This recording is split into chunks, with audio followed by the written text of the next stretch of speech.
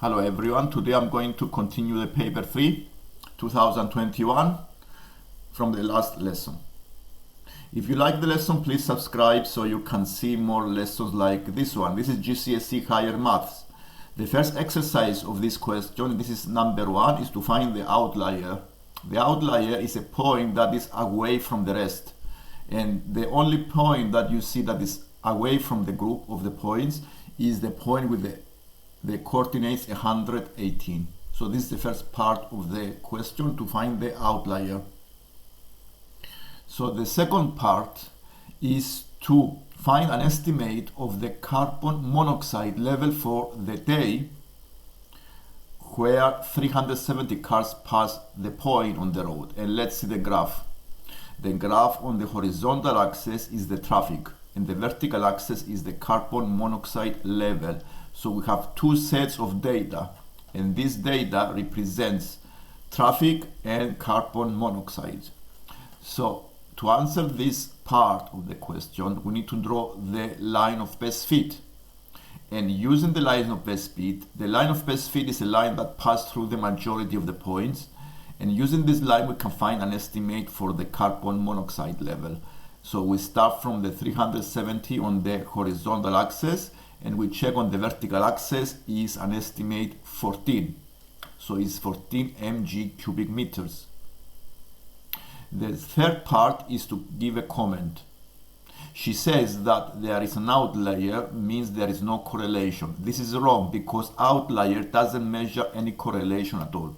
So there is a correlation, because the correlation can be found using the line of best fit, which is a positive correlation. The higher the volume of traffic, the higher the carbon monoxide level. And this is the first part of the question. The second part is a ratio question. Here we have a potato cake that we have a ratio. Natalie makes a potato cake in a restaurant. She mixes potato, cheese and onion in this ratio, 9:1. This is the weight of the potato, weight of the cheese, weight of the onion. She makes 6,000 grams of potato cakes. The cheese costs 2.25 for 175 grams. And find the cost of the cheese for 6,000 grams of potato cakes. The 6,000 grams is the total quantity of all of the ingredients. So I'm going to use the ratio. The ratio is 9 for potato, the weight 9, cheese is the 2, and the onions is the 1. So the fraction of the cheese is 2 out of 12. This is the fraction compared to the total. So I take the fraction 2 over 12 and I times by the total quantity of all of the ingredients, which is 6,000, is the mix of all of the ingredients. And the total weight is 12. So I take this fraction on the total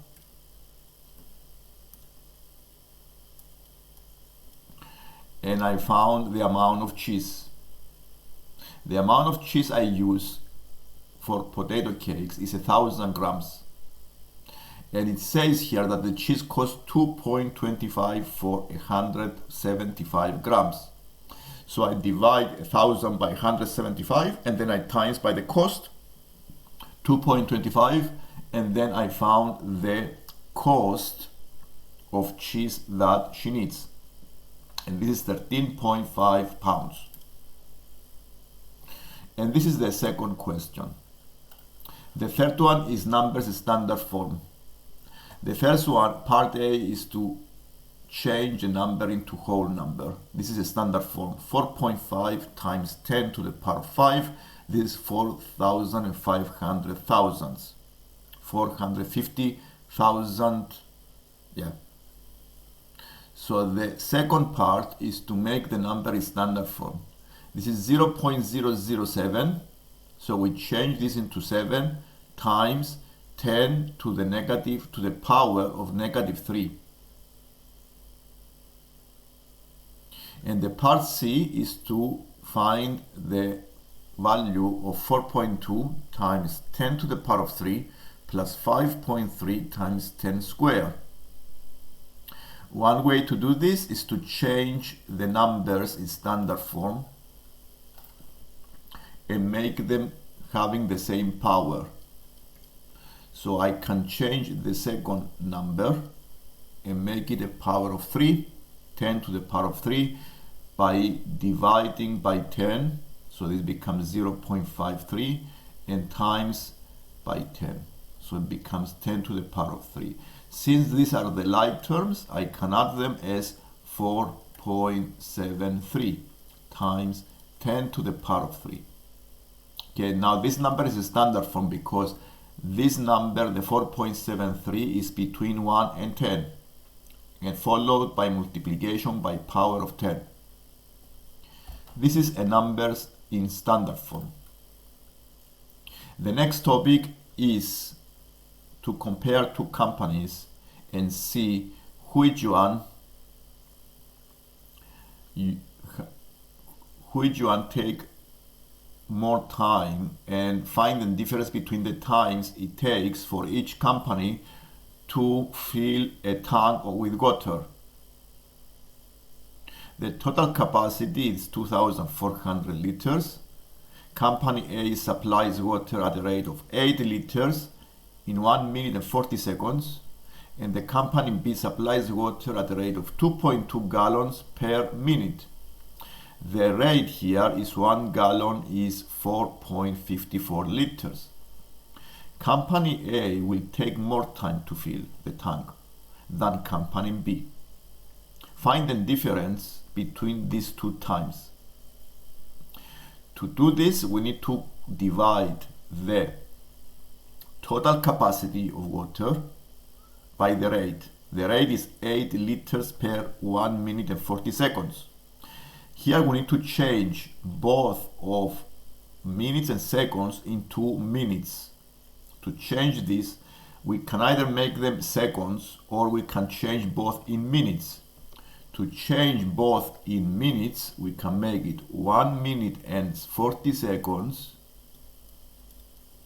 as 1 plus 40 over 60.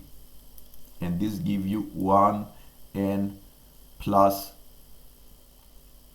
2 over 3, which is 1 point something. Okay, so this is a mixed number. 5 over 3. So we divide, first thing to do, we divide the total capacity by 8 liters, and this gives you 300. And then I times 300 by 1.6. This is 1.6 recurring. And then I can find the time it needs for company A to fill the tank. I do exactly the same thing for the company B, but I need to change in gallons into liters. To change in gallons into liters, I times 2.2 times 4.54, and I found 9.988. This gives me 240.3, and I times by 60, or I can times by 1, because I make them seconds here, that's why I times by 60. But you can times by 1 and find the difference between 240 and 300 times 1.6 recurring, which is about 500. So if you subtract 500 minus 240, you find the answer as 260. So here you can either work with seconds or you can work with minutes. Better to use minutes to use lower numbers. So the answer here is 500 minus 240, and then is 260 minutes. If you have a question, you may ask on the comments and try to reply. The next exercise is on Fibonacci sequence. If you want to pause the video and do it yourself and then check the method after, is also acceptable way of revising So here we have a Fibonacci sequence. What is a Fibonacci sequence? Fibonacci sequence is a sequence where the next term is the sum of the previous two terms. And we have the total here. The total of the first 5 terms is 228. So what I need here to find the fifth, I need to find the fifth term by adding the two previous terms. So the fifth term is 5a, is 8a. And because I know the sum is 228, I can make an equation and find the value of the a, because the exercise asks you to find the value of the a. So I make the equation, I make it equal to 228, and simplifying the equation, I can find the a equals 12.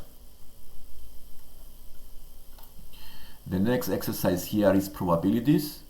Here we have a table with probabilities of different colors of counters in a bag that I choose randomly.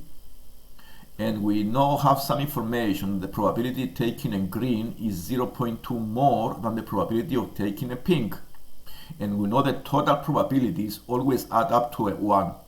So if I subtract from 1 the 0.20, which is the sum of the 0.05 plus the 0.15, I can find the total probability of a green and a pink, which is 0.8. And this is the total of green and pink. Because the green counters is 0.2 more than the probability that the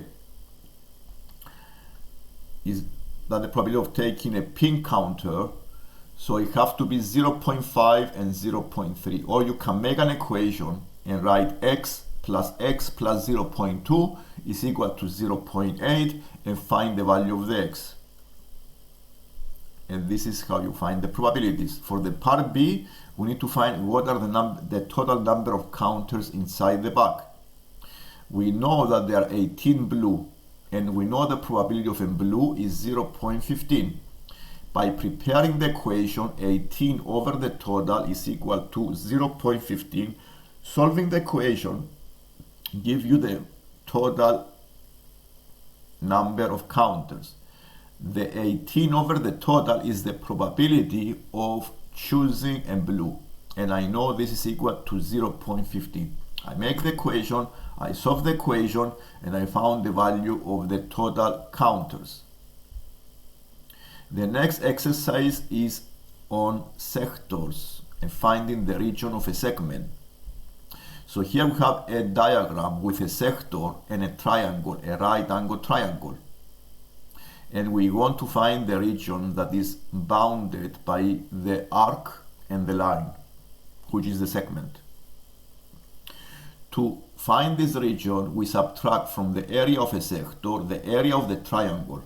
So I need to find what is the area of the sector with angle 19 degrees. The sector is 19 degrees, which means it's a quarter of the whole circle. So I take a quarter of the whole area of a circle with radius 8, and then I subtract the area of the triangle. This is what I did here, and I found the area of the segment. So the area of the sector is 16 pi, and the area of the triangle is 32. So subtracting these two gives you the area of the segment that is colored. The next one is an exercise on graphs. Here we have been asked to draw the direct proportion graphs. Basically, the y and x are directly proportional to each other. So the graph of indirect proportion is a straight line that passed through the origin and is rising in this way. Is the line y equals x, okay, kx. The y equals kx is the equation of indirect proportion. The part B of this exercise is to find the graph of the inverse proportion. Here the y and the x are inversely proportional. The graph of the inverse proportion is the y equals k over x. And this graph is the reciprocal graph, which is like a curve decreasing in this way.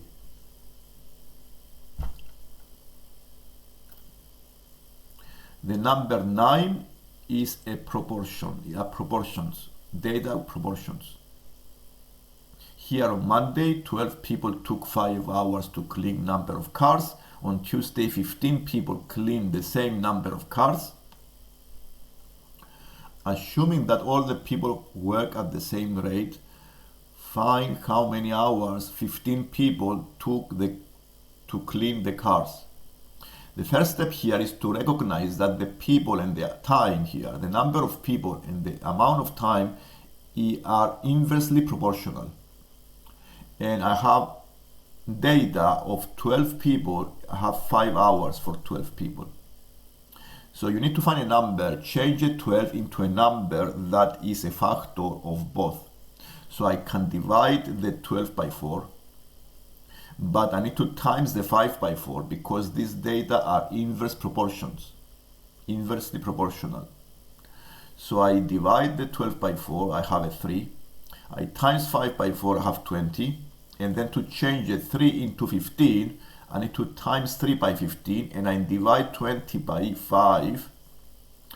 I times 3 by 5, and this is give you 15, and I divide 20 by 5, and I have 4. So the number of hours are 4 hours. And the second part is to comment about the assumption. Assuming that all people work at the same rate. If this is wrong, then how does this affect the answer? It affects the answer because depending on the speed of people how to do the job, it will have an effect on the number of hours. The part 10, the question 10, we have a length to find the length CB of this right angle triangle, the ACB. We also have a smaller right angle triangle than DEB. And we have been asked to find the CB. First thing to do, we also have some sides. We have the AD is 9, we have the DE is 2, we have the DB is 6. We can use Pythagoras theorem and find the side DB. And the second step is to recognize that you have two similar triangles. So if the triangle ACB and then DEB are similar. Because they are similar, they have a scale factor. To find this scale factor, we divide two corresponding sides. So here I divided the two hypotenuse. So I divided 15 by 6 and I found the scale factor as 2.5. Since I found the EB as root 32, I times the root 32 by 2.5 and I can find the base. The base of the bigger triangle, which is the BC, is 10 square root of 2. In the number 11, I need to find the error interval of 6.4. This number is rounded to 1 decimal place, and number x is rounded to 1 decimal place to this value, 6.4. The error interval is the 6.35. This is the lower bound. We reduce the 4 by 1 and we add a 5. And the upper bound is 6.45. We keep the 4 and we add 5 at the end. This is the upper bound. And we write the error interval in this way. The other exercise, number 12, we have an equation and we need to find the values of the a and the n.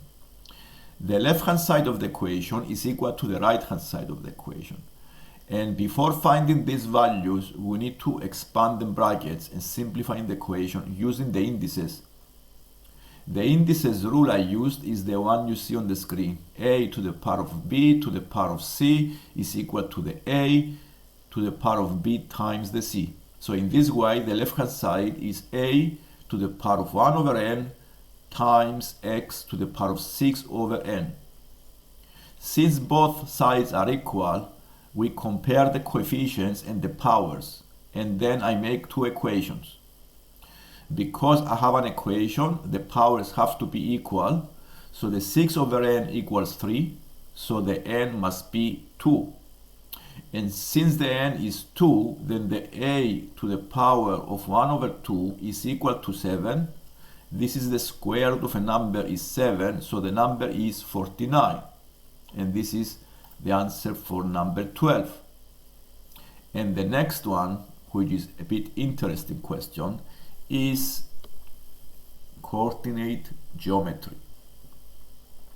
Here we have a graph with some rectangles. You have 4 identical rectangles, and you can see the rectangles on the graph. We also have 2 points, the point A 3,4 and the point B 11,20. And we have been asked to find the coordinates of the point C. And the point C has x coordinate on the horizontal axis. This is the x coordinate, and the y coordinate on the vertical axis. To find these coordinates, we need to use the distances on the vertical and horizontal axis. Because we have the coordinates of the point B and the point A, we need to find the distance 11 minus 3. So first thing to do here is to help us find these coordinates, we need to find the length and the width of each rectangle. This will help you find the coordinates, because once I found this distance on the graph, I can use some coordinate geometry and find the x and the y. So I need to find what is the length and what is the width of each rectangle. To do this, we prepare equations because we have information from the graph. I know from the horizontal axis, I know the difference between 11 and 3, and also is the distance from here. You see the distance is, this distance is equal to 2 lengths of squares minus 1 width. That's why I make the second equation. You see the second equation here is the distance on the horizontal axis between 3 and 11. This distance is 8 and is equal to 2 times the 2L minus 1W. Now the distance on the vertical axis is the difference between 20 and 4, and this gives you 16. This distance is equal to 2L plus 1W. The L is the length of the rectangle and the W is the width. So by preparing these 2 equations and solve them simultaneously, you can find the L and the W, and this helps you find the Y and the X coordinate of C. So I solved these equations, I found W is 4 and the L is 6. And now you can find, so the X is 3 plus 1L, so it is 3 plus 6, that is 9. And the Y on the vertical axis is 20. You can do 4 plus 1W, which is 4 plus 4 is 8. So to go to W, you add 1, 4 to W and give you 8. And this is the coordinates of the point C. And the next exercise is a ratio question. And this is a ratio question that you need to be able to change your ratios into a suitable ratio using equivalent ratios. Here we have 2 people, Olivia and Jessica, having total half as many sweets as Fran and Gary have in total. The ratio between Fran and Gary is 2.3 and Olivia and Jessica is 9.1. So using this information, we already know that the Olivia and Jessica have in total half as many sweets. The ratio between the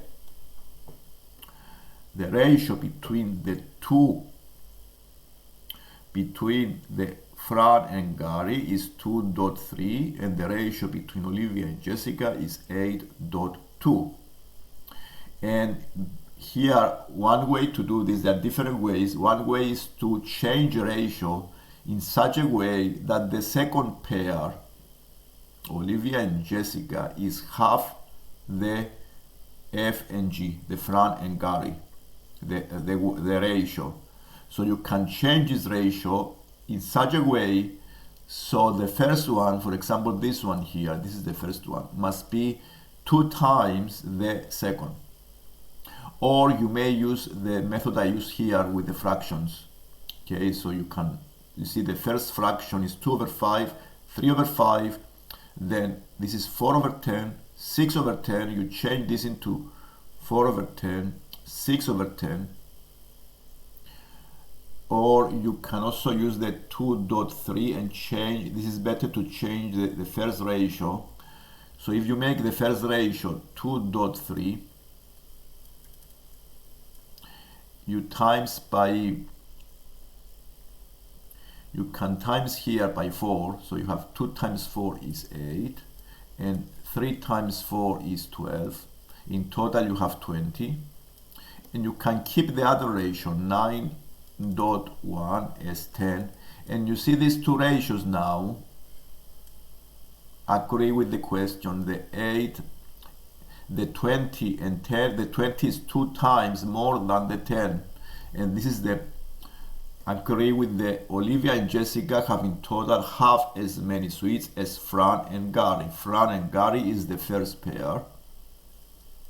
Fran and Gary, and this is Olivia and Jessica. So once you find the ratio that works, you get the numbers from the ratio. This is 8, 12, 9, and 1. And this is the number of sweets that they share. Now, if you like the lesson, you may subscribe and to see more lessons like this one. Okay, so you can see also the next one is to use the graph to find an estimate about the rate of change between the volume and the time. And to find the rate of change at a specific time, at time 12, you draw a tangent at this point and find the gradient of this tangent. To find the gradient of this tangent, you use the formula of change in y divided by change in x. So you subtract two coordinates, the y coordinates, and you find the difference of the y coordinates. I used 2 points on the graph, and I found the change in y divided by change in x. For homework, you try this one, and